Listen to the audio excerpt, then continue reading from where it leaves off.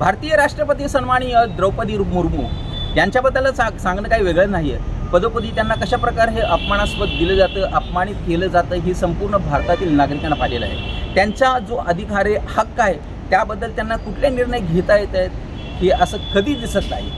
सातत्यानं त्यांना अपमानित देखील केलं जातं। मागच्या वेळेस त्यांना एका मंदिरामध्ये जाण्यासाठी आडकाठी करण्यात आली होती, त्यांना मंदिरात जाऊ दिलं नाही। आणि आत्ताही आपण पाहू शकता की कशा प्रकारे लालकृष्ण अडवाणी यांना भारतरत्न देताना सन्माननीय राष्ट्रपती या उभे आहेत आणि लालकृष्ण अडवाणी हे बसलेले आहेत, सन्माननीय प्रधानमंत्री देखील बसलेले आहेत आणि द्रौपदी मॅडम ह्या उभ्या आहेत।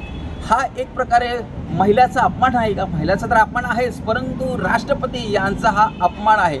अशा प्रकारच्या बातम्या आणि वृत्तपत्रात बातम्या तर येतच आहेत, परंतु याबद्दल विचार करण्यात देखील आता भारतीयांची गरज आहे।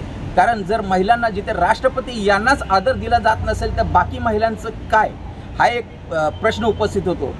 भारत बेटी बचाओ आणि बेटी पढाओ हा प्रकार वेगळा आहे, परंतु देशाच्या राष्ट्रपती यांना देखील इज्जत दिली जात नाही।